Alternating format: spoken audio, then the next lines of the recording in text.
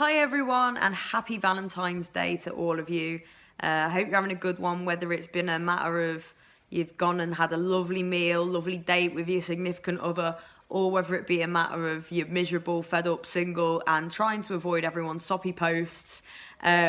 Whatever it is, hope you're enjoying yourself or surviving it. I love you either way. So there you go. Anyway, there's no Everton this weekend. There's no Everton Women this weekend either.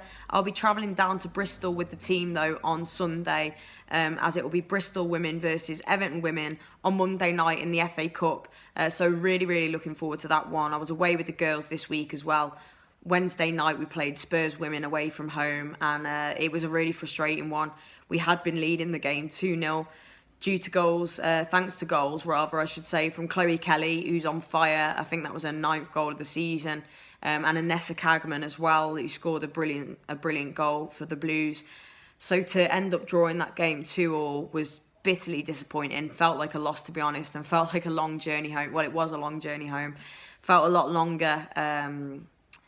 But, you know, it was the first draw that they've actually had this season. And hopefully it's, there's, you know, everything's a lesson, isn't it? So looking to bounce back in the game against Bristol in the Cup on Monday.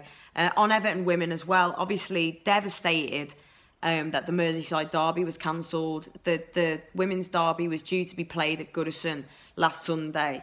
I'd mentioned it a lot in my previous video and in the build up to that, and devastated. And for the girls as well, I know the girls are absolutely gutted.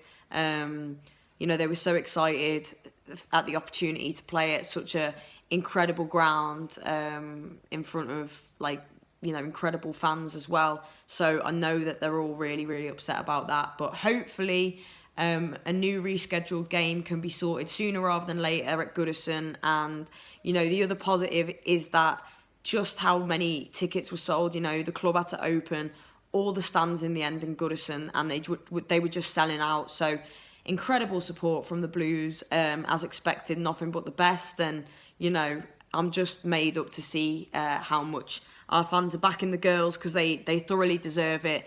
Doing so well in the league this season as well. That's why it was even more disappointing to drop the points against Spurs. But our next league game, and this is what I really wanted to talk about, our next league game for the girls, we're moving home. You know, I've spoken about Walton Hall Park becoming the Everton Women's new home for a while, and it has been a long time coming. It's not actually going to be open to full capacity on next Sunday, but there'll be about 1,500 tickets available. So make sure you get down. Season ticket holders get free entry, but you'll have to sort your tickets online to get onto the club website for that. But yeah, it'll be the new home. I appreciate that Southport has been a really kind of difficult place to get to for a lot of supporters. So the fact it's at Walton Hall Park, you know, 15-minute walk from Goodison, it's just great. And, you know, Manchester United Women will be taking on. It's kind of looking like it's going to be between us and them, and maybe Reading Women to challenge for that top 4 spot, that 4th place in the WSL. So it's a huge game. They beat us on their turf, so we're looking to get our own back on them and secure what would be a massive 3 points in the Toffee season. So you don't want to miss out on that, trust me. Make sure you secure your tickets for next Sunday's first ever game at Walton Hall Park as Everton Women's new home. I can't wait. And Manchester United Women are known for bringing a load of support. They've got fantastic support home and away. So the last thing we want is for them to be making more noise than us on, you know, what will be a historic day in our new home. So get yourselves down, back the girls. Amazing support from everyone who bought tickets for the derby, and I know it meant a lot to the girls as well. It made it even more frustrating. But that bloody cow, Kira, whatever she was called, spoiling it for us. But no, safety's got to come first, and it was the right thing to do in the end to call off the game, reschedule it, I should say. There would be nothing worse than, you know, if somebody had got hurt, a player or a fan on the way or whatever. So, yeah, it's just one of those things. But no Everton men this weekend, which is a real shame. No Everton women this weekend, which is a real shame. I hate it when there is no Everton on a weekend, especially now with things feeling so good. The feel-good factor that Ancelotti has instilled, and the way things are going in the league, it's just great. So, yeah, I'll have more for you over the weekend.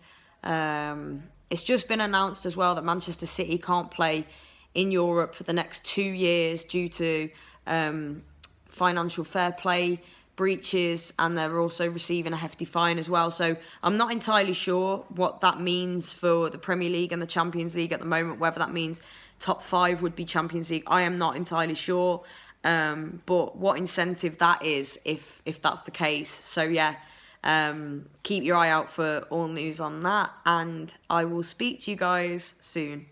Up the Toffees.